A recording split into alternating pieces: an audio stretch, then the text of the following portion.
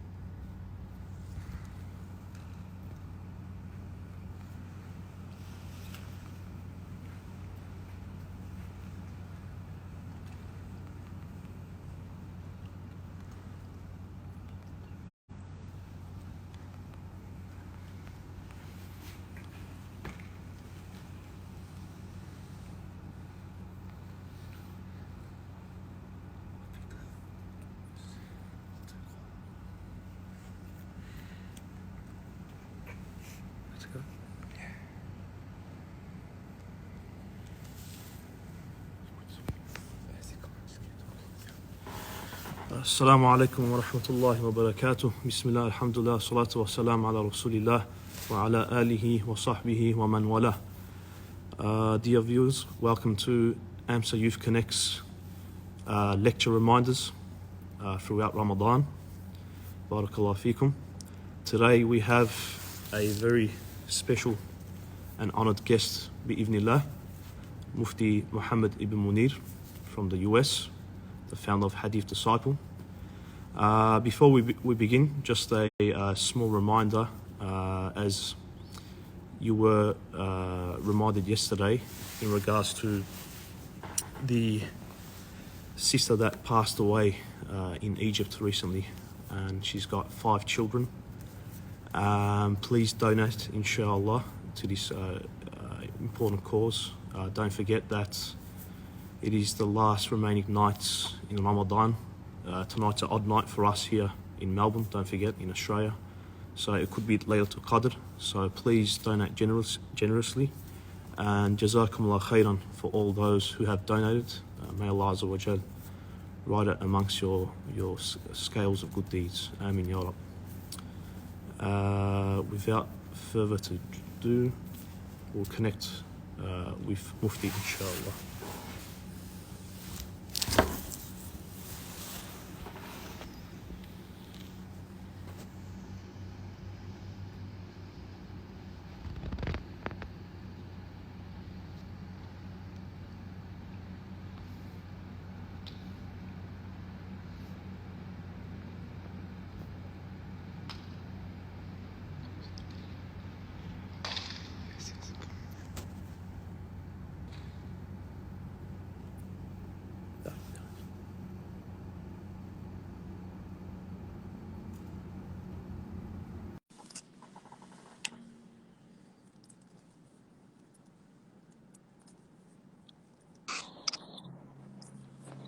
السلام عليكم. وبركاته.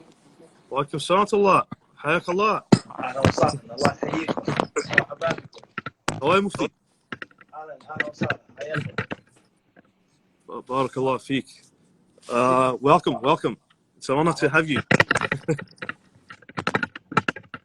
Subhanallah, it was nasib to meet you via online instead of from the Melbourne airport. I'm sorry, Habibi. Can you hear me? Yes, I can hear you. Say that again, please. I'm saying it was nasib to meet you online instead of picking you up from the airport from Melbourne. SubhanAllah, inshallah soon. Inshallah. Bi'idhnillah. Easy. How's everything going? How's the last nights going? Well, it's a blessed time. Trying to take advantage, trying to patch up, shortcomings. We fall short, and just trying to enjoy the time in light of everything else that's going on. Barakallah feek. Just before we start, Mufti, just a short introduction to our viewers down under. Okay. Our dear brother Mufti Muhammad ibn Muneer He's from Philadelphia originally. He's currently an imam in New York City. MashaAllah, tabarakallah, he's a graduate from Kulliyat al-Hadith in Medina University. Did his bachelor's and master's in Hadith. And alhamdulillah, he's from an English-speaking background. He grew up in a Western country like us, so he understands the challenges that the youth go through. So please utilize and inshallah benefit from the ilm Allah Azza wa Jal has blessed him with. So please stay tuned, and inshallah we hope to, create an environment of promoting ilm and seeking knowledge بإذن حياك الله شيخنا فليتفضل مشكورا. بارك الله فيكم. بسم الله الرحمن الرحيم. الحمد لله رب العالمين والصلاة والسلام على رسول الله وعلى آله وصحبه وسلم تسليما كثيرا. أما بعد. السلام عليكم ورحمة الله تعالى وبركاته. It's my pleasure and my honor to be your guest and for you to be my host. And I pray to Allah subhanahu wa ta'ala that one day I can be your guest and you can be my host in person and not just virtually. However, we know that we fear Allah according to means, and we do what we can do, and we take the opportunities that Allah sends us. What Allah gives us and hands us, we take them, and we hope for more, we ask for more, and we beg for more. I mean, with that being said, I hope all of the Muslims in Australia are well. I hope that they're safe. I hope that their hearts are being purified and cleansed. Their minds, inshallah ta'ala, as well. As Allah has got all of the Muslims in Australia and unite them upon the truth and bring them together upon that truth. Allahumma ameen. We ask Allah subhanahu wa ta'ala to make it a fruitful Ramadan, fruitful last nights, fruitful last days. Bidnai ta'ala, may Allah allow the Muslims to reach Laylatul Qadr there in Australia. And may you have a happy and blessed and joyous Eid. Allahumma ameen. With that being said, what I want to discuss with you brothers and sisters there, inshallah, I want to remind you of the hadith that you all know about. It's the hadith that's collected by Imam Muslim and others on the authority of Abu Hurairah radiallahu ta'ala anhu.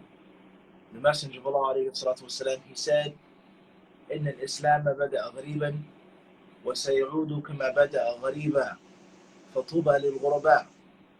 The Prophet alayhi salatu wasalam, he says that indeed Islam, the religion of Islam, the deen, it started off as something strange. And it is going to return, and it's going to go back to how it started, being something strange. فَطُوبَى لِلْغُرَبَاءِ. So therefore, give tuba to the strangers. That's the version of Sahih Muslim. There are other versions reported by Abdullah bin Mas'ud radiallahu anhu in the Muslim Imam Ahmad, the Sunan Ibn Majah, in which the Prophet ﷺ was asked, Men humul ghuraba? Who are the strangers? This version is said, Hum al-nuzza'u min al-qaba'il. Hum al-nuzza'u min al-qaba'il. They're the people, the few people, the small minority who withdraw themselves from the towns, the villages, and the tribes of the people. And another version, it states, another version, it says, Alladina yuslihuna ma afsada nasu min sunnati. He was asked, who are the strangers? And the Prophet have said, they're the people who make things right, who fix things, who correct things, who straighten things that people have made crooked from my sunnah, that people have distorted, and people have misrepresented from my sunnah. And there are other versions of this tremendous hadith. So the Prophet he says, Tuba, meaning one or two things. Number one, it's glad tidings, congratulations. Those Muslims who are ghuraba, you guys are very lucky, you're very fortunate, and you should, feel special, you should feel happy. And the second meaning of a tuba, as is mentioned in some narrations, shajaratun fil jannah, as a tree in paradise. A tree that is so broad, so large, so huge, so gargantuous, that a person would travel for years trying to make a circle around that tree, and he wouldn't end for years. That's how huge that tree is in paradise. So the Prophet ﷺ, he is not blaming, he's not censuring, he's not condemning, he's not coming down upon the strangers. Rather, he's giving them glad tidings, and he's informing them of a tremendous reward that lies in store for them. Who are those ghuraba? The Prophet ﷺ different versions of this hadith. He's quoted to explain who they are. What's important is that in 2020, in the world today, especially in Western countries, even if you're not considered to be of the Western Hemisphere, such as Australia or South Africa, other islands and other parts of countries and continents that are not in the West, but they're westernized and they're considered to be first world countries, civilized, advanced, modern, democratic countries.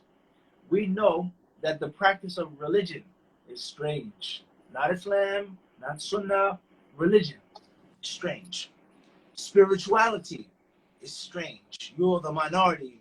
There are tons of Christians, tons of Jews, tons of Hindus, tons of people who have genealogy to these different religions. They were born Christian. I was born a Baptist, an evangelist, an Adventist, Latter-day Saint, etc., Jehovah's Witness. But the practice of that religion is extremely rare. It's extremely scarce. Those who say that I don't have a formal religion, but I'm spiritual. Okay, whether they call themselves agnostic or the other sects and the other spiritual paths that people take and adopt, they're the minority. And those who profess al-Islam, La ilaha illallah Muhammadur Rasulullah, regardless of the interpretation and regardless of the strand of Islam, بغض النظر عن التياب, بغض النظر عن الانتساب, regardless of which strand or call or sect or sectarian, etc., just Muslim, La ilaha illallah Muhammadur Rasulullah, they are the minority. And then you take that minority and you look at your microscope and you dissect and you magnify it, and it becomes smaller and smaller and smaller. Muslim, practicing Muslim, knowledgeable Muslim, Sunnah Muslim, balanced Muslim, trying to follow the pious predecessors Muslim, seeking knowledge, propagating knowledge, not being extreme, not being outside of the boundaries, not watering down the religion, etc. You're going to find minority upon minority. And then you have Muslims who reverted to Islam. Their parents are not immigrants from another country.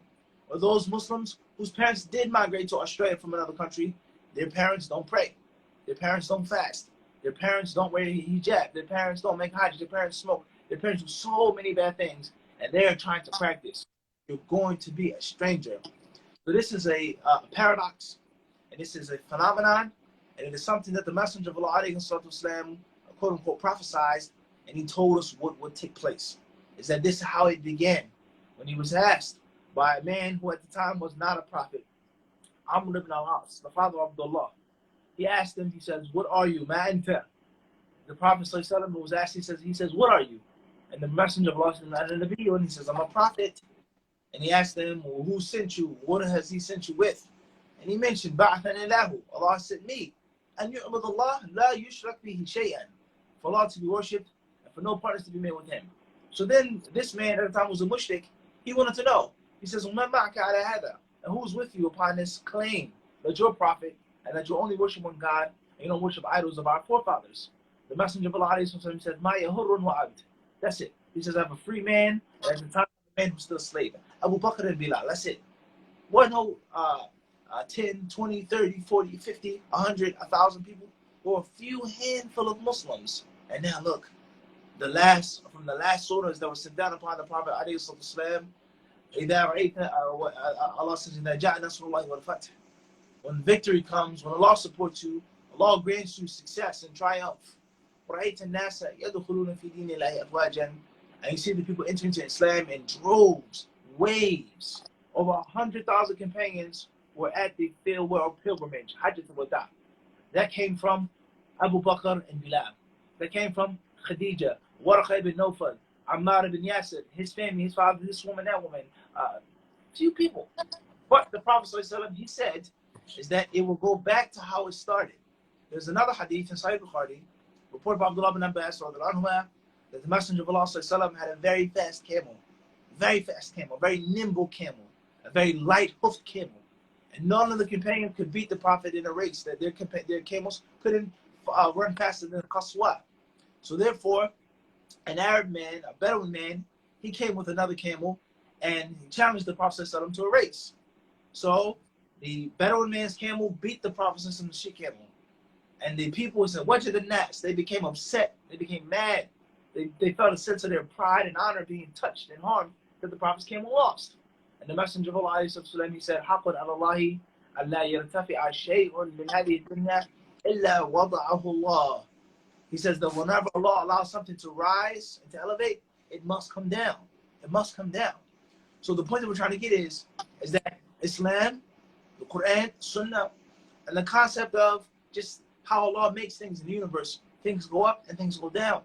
So the concept of how the Muslims started in a very small number, and then it reached a huge, huge swelling peak, hundreds of thousands, millions, billions of Muslims worldwide. So يَعُودُ كَمَا بَدَأَ غَرِيبًا, and it will return like that. Whether it is the number of the Muslims being diminished or the true understanding of Islam, the true practice of Islam, the orthodox teachings of al-Islam, it will become strange and weird. Hasan al-Basri, rahimahullah ta'ala, who we all know his status and his knowledge and his piety, he said to his companions and he said to his friends, he says, Tarafaqu. He says, be easy, be gentle. Ya ayyuhan nas. فَإِنَّكُمْ مِنْ أَقَلِّ النَّاسِ. He says, oh people of the Sunnah, be easy, be calm, be gentle, because you are the minority. That's not talking about Hasan al-Basri. We're talking about the golden age, the golden era of Islam. He told the people of the Sunnah that they would be the minority.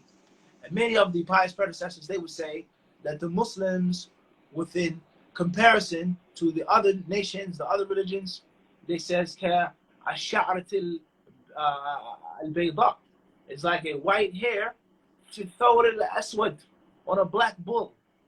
And the people of the Sunnah within the Muslims is like the opposite as well. The black hair on a white bull. Minority atop of minority. So how many Muslims are in Australia? I'm sure there are plenty. I'm sure there are many masjids, many mosques, many centers, many imams, many graduates from different parts of the world. But the people who are practicing, the people who are trying to hold fast, the people who have the proper knowledge, the people who are trying to be balanced, and they're not trying to be overzealous, extreme, minority. And there lies no doubt. You can feel this minority, you can feel it. And sometimes you may become sad. Sometimes you may feel, well, maybe it's me. Maybe we need to relook into things. Maybe we are extreme. Maybe we are fundamentalists. Maybe we are this. Maybe it's 21st century. You may feel this way. And that is why the Prophet gave glad tidings, never ever to be grief-stricken. And never ever to look at the abundance of the people and look at the minority of those who are following the truth and feel that that is the scale. There is no spiritual democracy. There's no such thing as spiritual democracy. When it comes to the truth and the religion of Islam, numbers do not dictate. It doesn't dictate. If we have more people upon the truth, alhamdulillah, it's a blessing, as Allah has mentioned in the Quran. But that doesn't mean right or wrong just because of numbers. And we as human beings, we're creatures in which we live in communities, we live in societies. It's only natural to look at our neighbors and then feel, oh wait, maybe it's me. And we question ourselves. And that is why we always constantly go back to this hadith. إن الإسلام بدأ غريبا وسيعود كما بدأ غريبا فطوبى للغرباء. Islam started as something strange and it will return to something strange. So happy congratulations to those who are the strangers, those who remove themselves from wickedness, those who fix the incorrect understandings and representations about Islam. So with that being said, brothers and sisters, the month of Ramadan, the last 10 days, the last 10 nights, and we have the global pandemic of COVID-19, the coronavirus.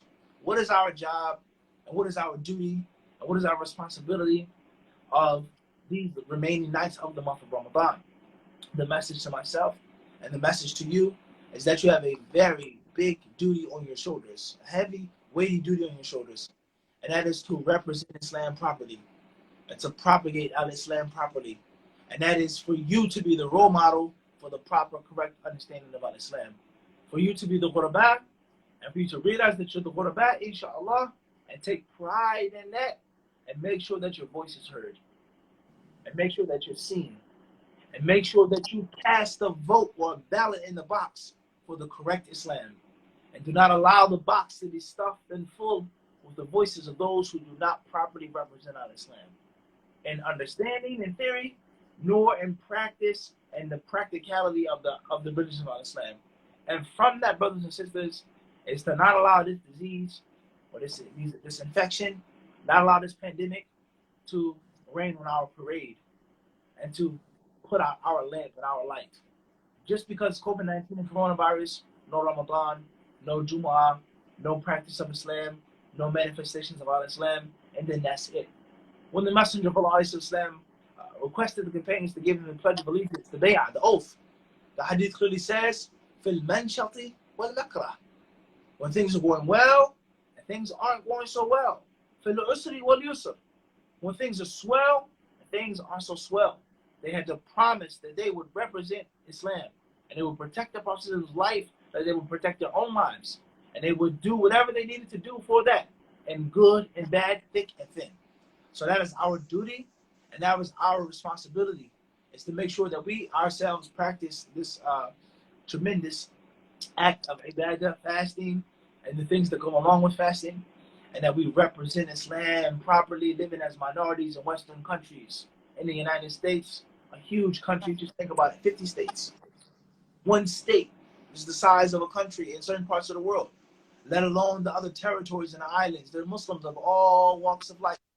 Muslims who have migrated from Lebanon, Muslims who have come from Sudan, Egypt, Gambia, Muslims who come from Palestine, Tunisia, Morocco, Algeria, Libya, Muslims that come from Ivory Coast, Burkina Faso, Guinea, Ghana, Nigeria, Muslims that come from any country you can think about.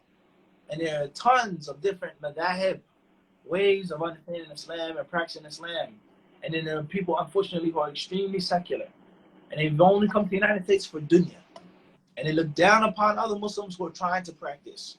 And oftentimes, the practicing Muslims and the knowledgeable Muslims, regardless of their skin color or where they come from, they allow the people of falsehood to dominate and to take control. And that's wrong. And that's incorrect. And that is not what the Prophet ﷺ means when he says, give glad tidings to the strangers.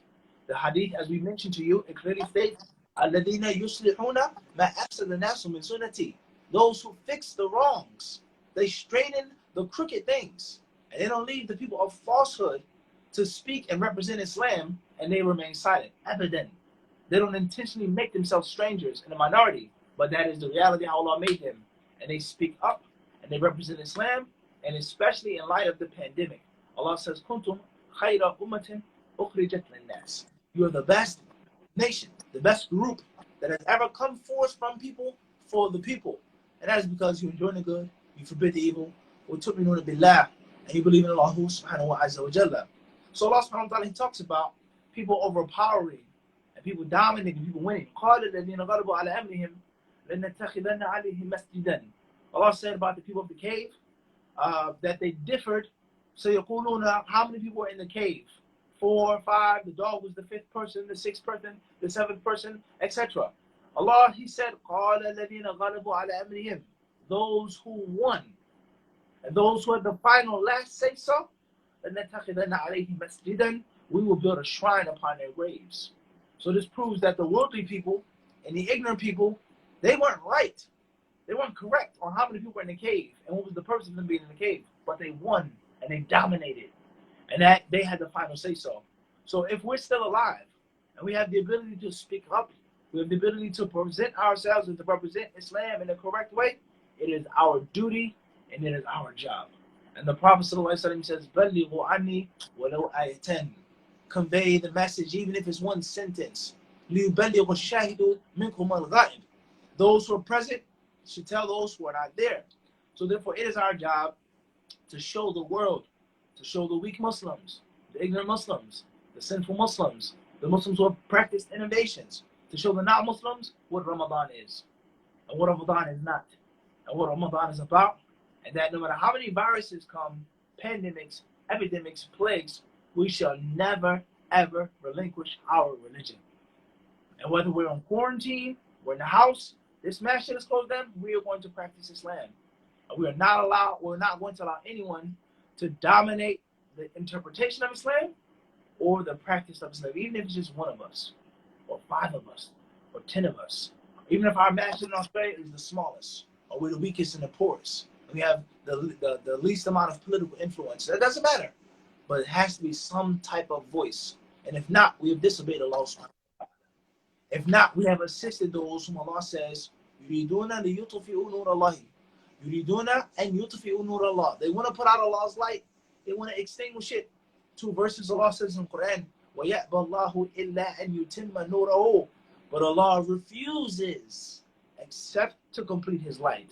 وَاللَّهُ مُتِمُّ نُورِهِ.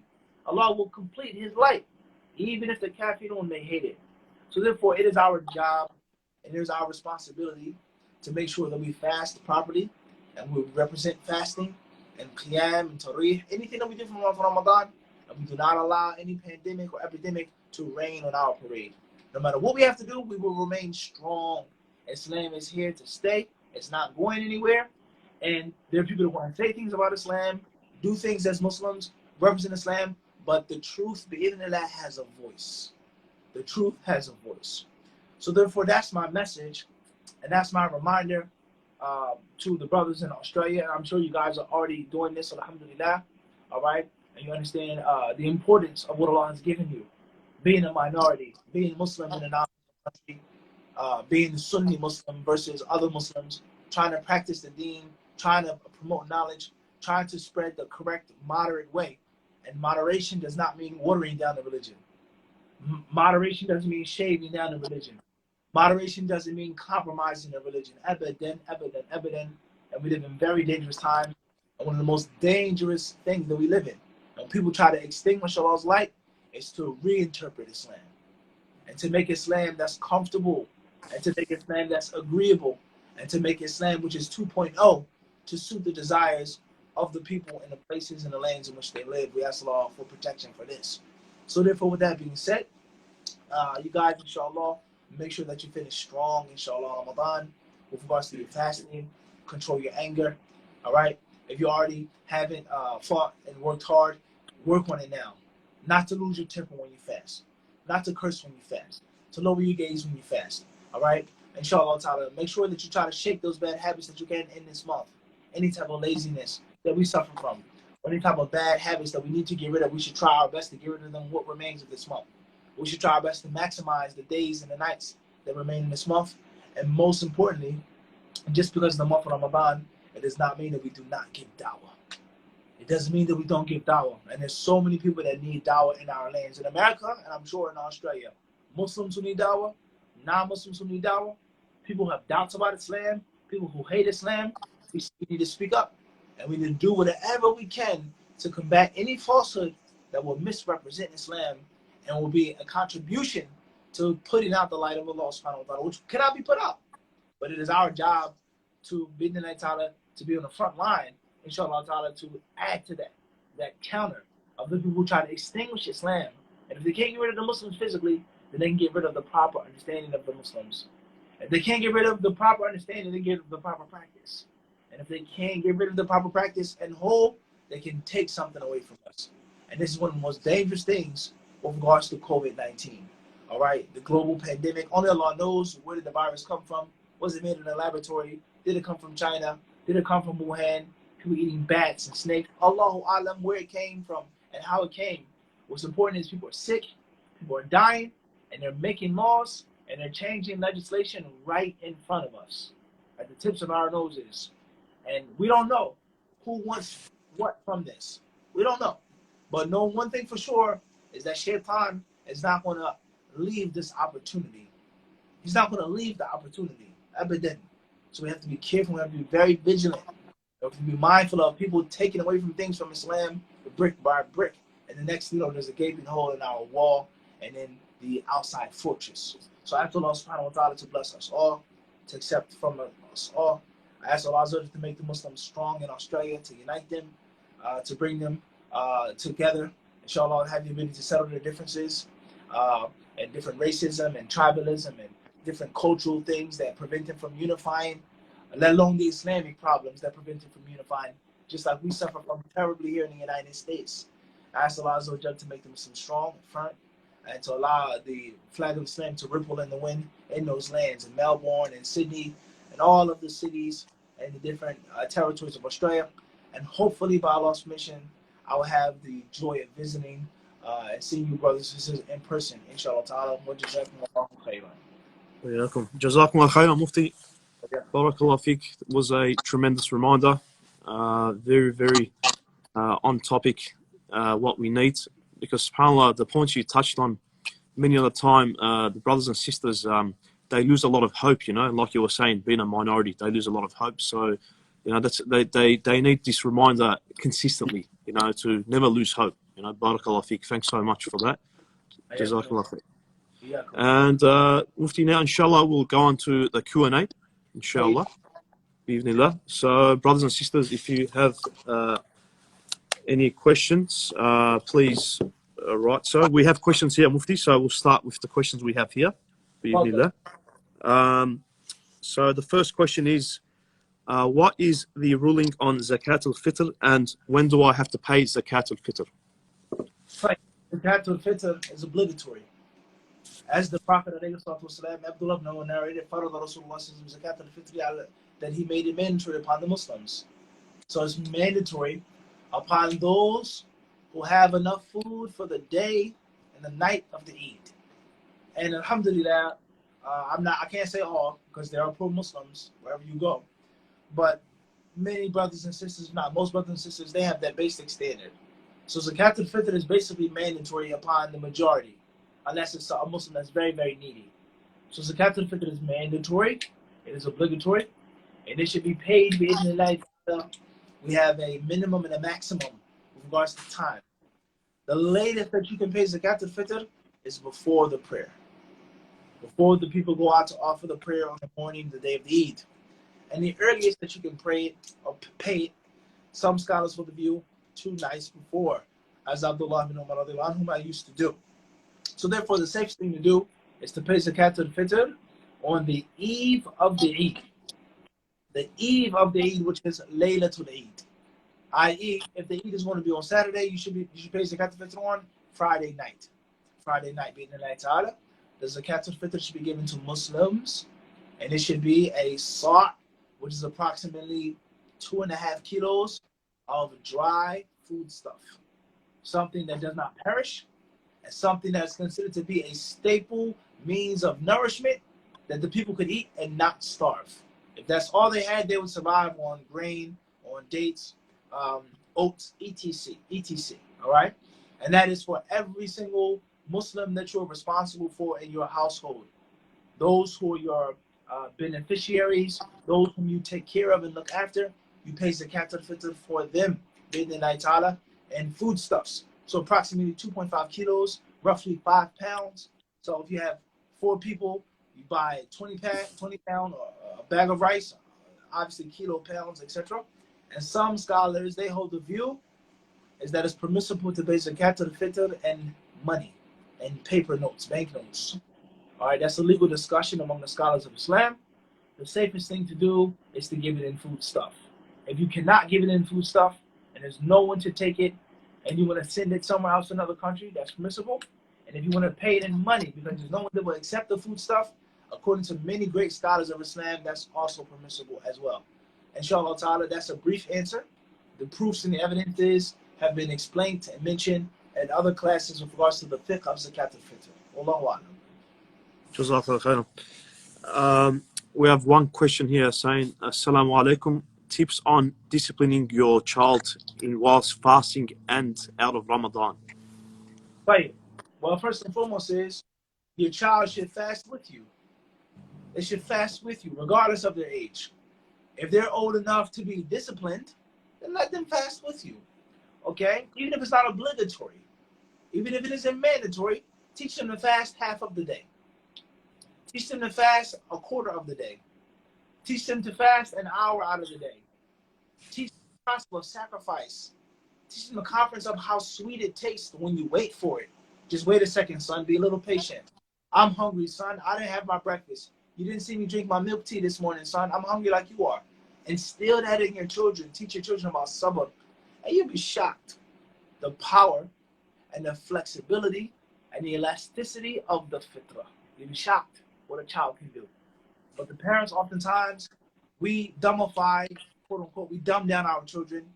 We spoil them. We push them away from the khair. And oftentimes, children, they want to do it. And the proof of that is, when you make salah in the household, what does the child do? They walk up to you and they say, Allahu Akbar. They start praying with you. And they don't know nothing else. You never told them about salah. They do it naturally because they see you doing it. So go sit down. No, don't go to the masjid with me. You don't have to wear a kimar. No, it's okay to eat. Oh, my daughter, she's only 14. She doesn't have to cover up yet. You're pushing the people away from the fitrah. And the fitrah, not only is it neutral, but is the scholars of Islam, they say that it is more inclined towards good. It's more inclined towards good. So let's talk about a device now. A device, right? So let's say we talk about an iPod Touch, right? An Apple product. So the iPod Touch, you can do so many things on it. You can read a book on it. You can play a video game on it. You can watch a movie or a video, whatever on it. You can listen to music. You can listen to lectures, audiobook, etc. There are many things you can do with the iPod Touch. But the specialists and the experts, they'll tell you that it's best for downloading songs. It's best for doing this. As far as designing on this app, writing this and using this, it'll work. But the iPod Touch wasn't designed for that. And it doesn't work as well as the phone or the iPad. So the iPod Touch, when you buy it, is neutral. You can put on it music. You can put on it Quran. You can put on it horrible pictures of naked people. You can put on pictures of landscapes and trees and birds. You make the choice. But the iPod Touch, it has an inclination to one thing more than other things. And that is the fitrah of the child. It can be evil, it can be good, but the scholars say it's a natural leaning towards good more than evil. So as a parent, it's your job to teach your children to fast with you and show them and teach them according to their intellect. Don't get angry, son. Be a good boy. I don't lose my temper. If you do well, I'll reward you. You can eat at this time. I'll buy you this. Or they say, oh, the food looks good. The dates look good. The fruit looks good. You say, son, it's only people who fast. You teach them. And inshallah, if your son is fasting, and if your daughter is fasting, or at least half of the day, then you've won half of the battle with regards to disciplining your child, because you teach them to behave as well. But as far as if your child is not going to fast, or they still misbehave, then I think you have to lead by example. You have to show your child to do the right thing by example. Number two, gentleness. Oftentimes, gentleness is stronger than harshness. Thirdly, is reason. Use logic with your child. Make an example with toys, with food, with fruits, with cartoons. You tell them one of the best benefits of video games. Experts, they mention is that it teaches children to follow instructions. So you tell your son, come on, son, let's sit down and I want to play Roblox with you. Or Fortnite, whatever games people play today. Let's play the game. No problem. So you have the joystick, the controller, and the arrow is pointing one way. The radar is pointing this way, you go the other way. And he says, Abby, you got to go this way. No, I'm going to go that way. Abby, you can't do that. No, I'm going to do it anyway. I can do it. Why not? I don't feel like listening. Abby, you can't win the game like that. You're going to make us lose. And say, see, son? See how you got to follow instructions? You see how I have to listen? And if you don't listen, you can't win. And you can't get the prize. And you can't get the points. And that's life. So oftentimes you have to talk to your children with logic, with reason. And it doesn't mean that you have to have a scholastic debate with them, a collegiate debate, but on their level of understanding. Your children ask you for something, they beg for something, says, I can't give it to you because I asked you to sit down. I asked you to listen. I asked you not to hit your little sister. I asked you not to disrespect your Quran teacher. You didn't want to listen, so I can't help you out. And they'll get the point. So oftentimes gentleness and oftentimes using reason and talking to them, training their minds is a very effective tool. It's a very effective tool. Okay? We've done many lectures on raising children, tarbiyah of children. You can go back to those lectures in which we mentioned many, many, many things. These are a few brief points of advice with regards to disciplining your children. As far as inside of Ramadan, then if your child was being a little disobedient or unruly, then if you had an ultimatum between ruining your fast, breaking your fast, your anger, your temper, and your child being a little disobedient, let the child get away with it for now to preserve your fast. And wait to iftar to do or say what you need to do, which is unbefitting of a fasting person. That would be my advice. Jazakumullah khairan, Mufti. Just a reminder, brothers and sisters, to please benefit from the Hadith Disciple page. There's so many content that's available in very detailed, mashallah, tabarakallah. Moving on to the next question. I am a university student here in Australia. Most of my associates are non-Muslims. I find it hard having a good grasp on my deen. What is the best way to overcome self-doubts and shubuhat I have pertaining to my religion? Clear. May Allah make it easy for you. And alhamdulillah, you're asking a question. The fact that you're asking a question means that you're concerned. And it means that you're fearful. The scholars of Islam, they teach us that anyone who asks these types of questions, inshallah, is a believer, a sincere believer. We know that the narration states that no one fears or no one feels safe from hypocrisy except for a hypocrite. And no one fears hypocrisy except for a believer. So the fact that you're questioning, you're asking, that's a good step, alhamdulillah. However, the bottom line is that the Arabs, they say, al-tab'u sarraq. Al-tab'u sarraq. As-sahibu sahib. Everything is based off of your friends and your character, everything. And the moment you don't have those people around you, you're going to suffer. You want to suffer. So it's not an option, it's not a choice. You must have a companion. If not at school, then when you get out of school. If it's your wife or your husband, but you have to have someone that's like you, that you can hang out with, eat with, talk with, pray with. And if not, you're going to fall victim, not because you're a bad person or you want evil, but because of your company. As the Arabs, they say, at-tab'u sarraq. Character is a thief. As-sahibu sahib. A friend pulls you and tugs you. So due to the fact that you're around someone, it's going to have an effect on you. And pay close attention. It doesn't mean that you're just going to openly denounce Islam. It doesn't mean that they're going to talk bad about Islam. Especially in the liberal world in which we live. They may say good things about Muslims. But it doesn't mean that your void is being full. Pay attention. Many people, they say about different non-Muslims, is a good person. He never harms anyone. He has better character than the Muslims. Maybe. But it doesn't mean that the void is being filled. So if you're not harming anyone and you're not doing any bad, my non-Muslim colleagues at school, they don't drink alcohol, they don't sleep with girls, they don't do this, they don't do that. Alhamdulillah. But it doesn't mean that they're filling the void with prayer, with zakah, with hijab, with dhikr. So just because you avoid the haram things doesn't mean that you're left with emptiness. So you must have good Islamic companionship. Not just a Muslim, but good Muslim companionship. That's a necessity. And if not, you're going to continue to fall victim to these feelings. All right? Very interesting quote that a non-Muslim said. He said that when doves begin to accompany crows, the feathers remain white, but their hearts grow black. Think about it now. A dove. Let's say it's a white dove or a gray dove, a turtle dove, they say, right? When it accompanies crows, meaning a bird of another species, it's not the same species. It hangs out with those other birds. Outwardly, it looks like a dove, but inwardly, it's the color of the crow. And that's exactly what happens when you hang out with someone that's not practicing Islam. It looks good, it sounds good, it doesn't seem so harmful, but deep down inside, things have changed. So you have to have good company. You have to arm yourself with knowledge to do away with these doubts. And oftentimes, just being in the right crowd can push you doubts. Wallahi. Wallahu alam. Jazakallah khairan, Mufti. Next question. What would your general advice be to the religious youth that can become judgmental and somewhat arrogant towards other youth that are either non-practicing or are involved in crime? Right. My advice, first and foremost, is remember what you used to be.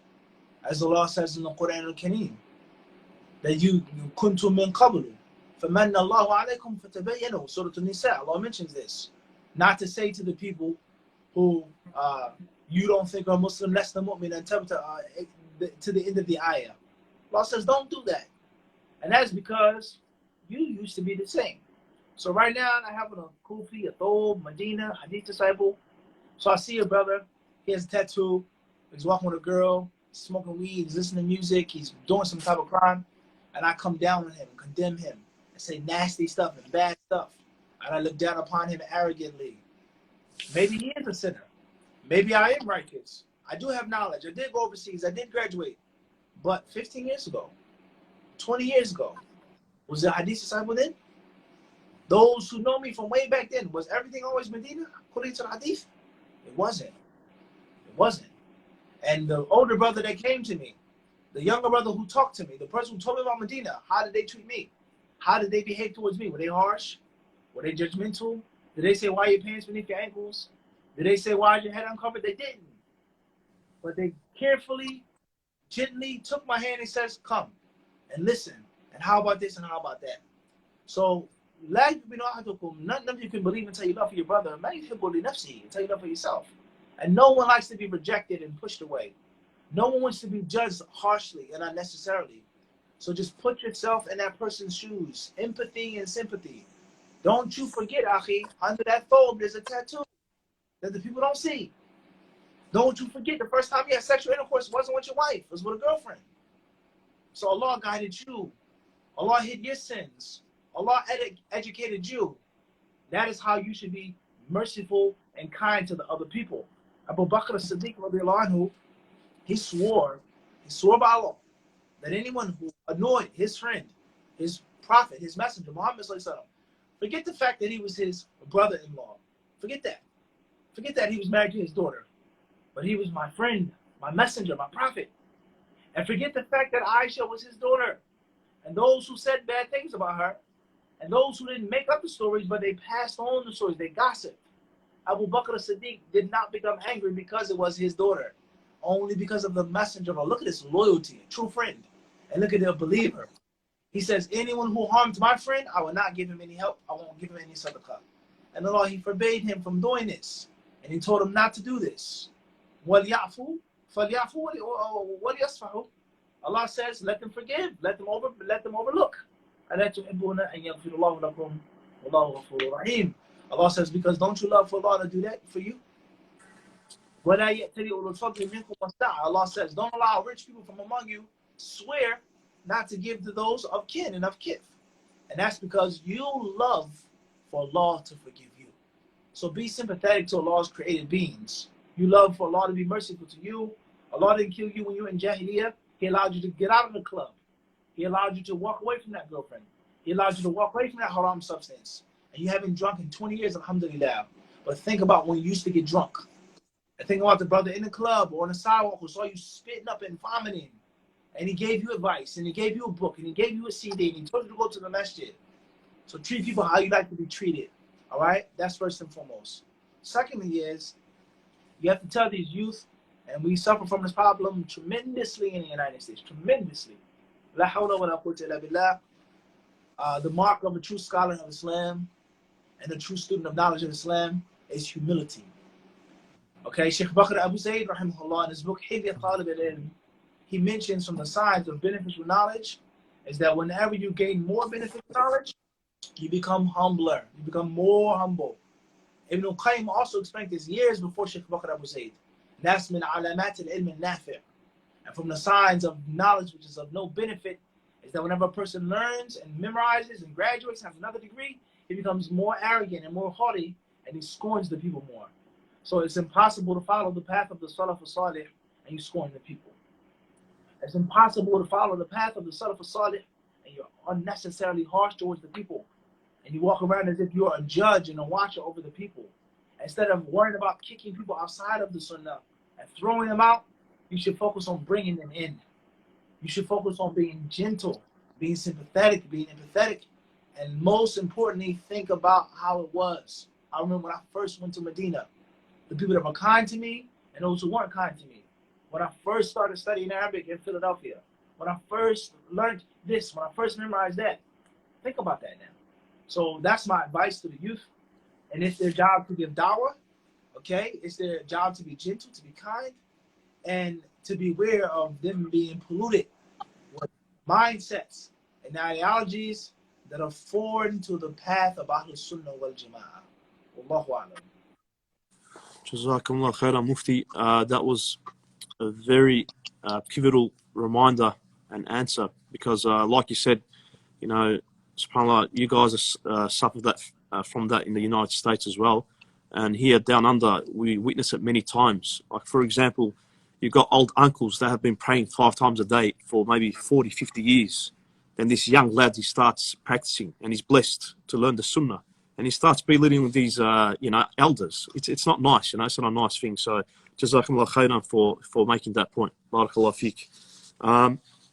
Next question says, how to deal with immediate family and extended family who are not practicing and show hate and mockery towards your spouse. Right. First rule is don't argue with them. Avoid argumentation. Under any costs, don't fight with them. I know it's hard. You never want to hear no one disrespect anything from Islam, mock Islam, let alone your family, your wife. But do not engage them. Don't fight with them. And that's because in most cases, they're trying to provoke you. And they're looking for an excuse to provoke you. And they're looking for a reason to say, see, look how he acts. Look what he said to me. He called me a kafir. See, guys, I told you he was Wahhabi. I told you he was a Wahhabi. He just called me a non-Muslim because I made fun of him. I told you he's an extremist. I told you he's with this group. They're looking for ammunition. And you never give your enemy ammunition. Ever. Ever. Ever. So don't fight. Don't argue. If they come to you and they want advice, you give advice. And that's it. Other than that, you fulfill your obligations as a family member. If you can't talk to them because they make fun of Islam, send them a gift in the mail. Drop off a case of water at their home at 2 in the morning. They don't even know who it's from. That's it. You do what you can to the best of your ability, but do not engage them. Don't fight with them. Don't call them bad names. If they have apostated from Islam, that's between them and Allah. But what they want you from the religious brother with the beard, the sister with the niqab, the sister with the long khimar, they want to see you and they want to call you and label you arrogant. And they want to get you into an argument or a fight. And they want to show the people for their own insecurities and jealousy and envy. And they've been forsaken by Allah. Most important is make dua for them. Make dua for them. Pray for Allah to guide them. Pray for Allah to bring them back. Pray for Allah to soften their hearts. You try to give them charity. You try to give them gifts. And I know because it's a reality, many times you can't even talk to certain family members. It's a reality. It's just like a cat and a dog. It'll never work. That's fine. Avoid them. Do what you can. Lakum dinakum waliya din. You make sure that you represent Islam properly, like we said in the lecture. Make sure that you're the best husband to your wife, inshallah. Make sure that you break and you shatter the stereotypes that sisters who wear hijab are mistreated. Sisters who wear hijab, they don't wash up. They don't wear deodorant. They stink and they smell. Wallah, I've heard these stereotypes before. Wallah, I've been. Wallah, I have. You find a non-Muslim woman in a Middle Eastern country or any other part of the world, and they say that the sisters in the masjid who wear the long full khimars, they smell. They don't take care of their hygiene. Brothers who have more than one wife, they abuse their wives. Okay? They don't take care of their children. They have no sense of humor. These evil stereotypes, it's your job to shatter them. Shatter those stereotypes. When the Prophet ﷺ and his companions, when they were allowed to perform Umrah after much struggle and fight with the mushrikeen, they allowed them to come. And the Prophet ﷺ, he told the companions to uncover their shoulders and to tuck the ihram sheet on the other side of the arm. And he instructed them to run, Raman and Yarmulu, to run the first 3 or the first 7, different scholars, different interpretations of the circumambulation. And the mushrikun, they said, إِنَّهُ يَقْدُمُ عَلَيْكُمْ قَوْمًا قَدْ وَهَنَتْهُمْ يَثْرِبْ أو كما قالوا. They said that you get in people that are beat down from the sun and from the desert. They come from Yathrib, they come from Medina, they're tired, they're exhausted. They're not fierce warriors. And what did the Prophet ﷺ do? He told the companions in the breakdown of it, he told them to flex their muscles, basically. Show them that you're strong. Show them your arms and run. After you came out of the desert, it's hot, you're exhausted, but break their misunderstanding of you. Shatter their stereotypes.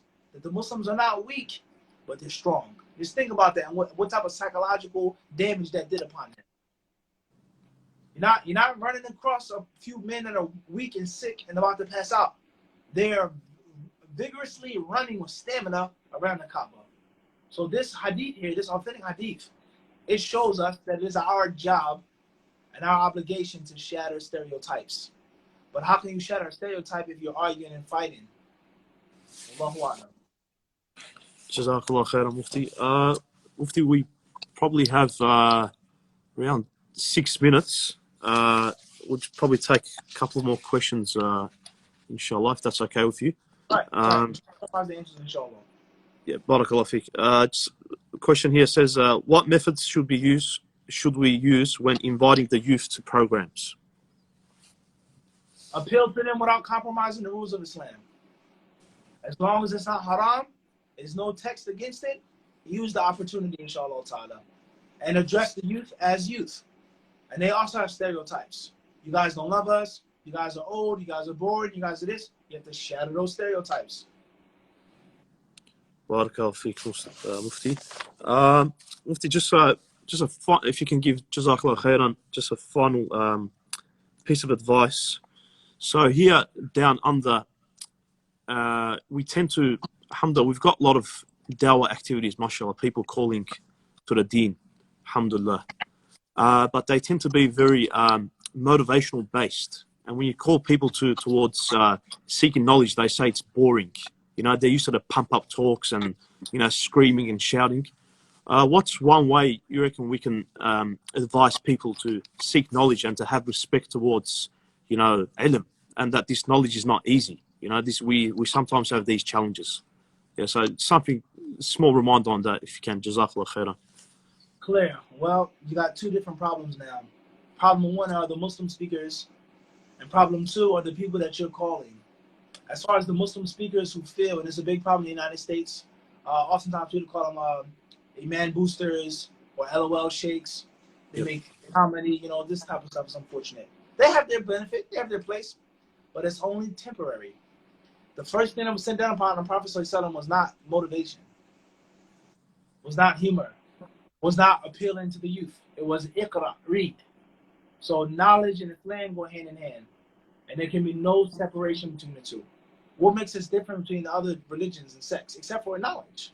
We know our prophet and they don't. So therefore, it's unfortunate that there are many people who downplay knowledge, and there's different groups. And there are also some brothers who do have some type of knowledge, but they may be too harsh. They may be too rigid. They may be too scornful, too judgmental. So therefore, it is the job of those who have the proper understanding to, as I said, appeal without compromise. And it is possible. And most importantly, you got to understand, you're not going to get everyone. You're not going to get everyone. Everyone is not made to answer the message. Wallahu yadu ila dar as-salam wa yahdi man yasha. So therefore, try your best to reach everyone, but know for sure guidance is only what Allah chooses. So therefore, appeal without compromising. Talk about relative subjects, social subjects, but always have an agenda of knowledge.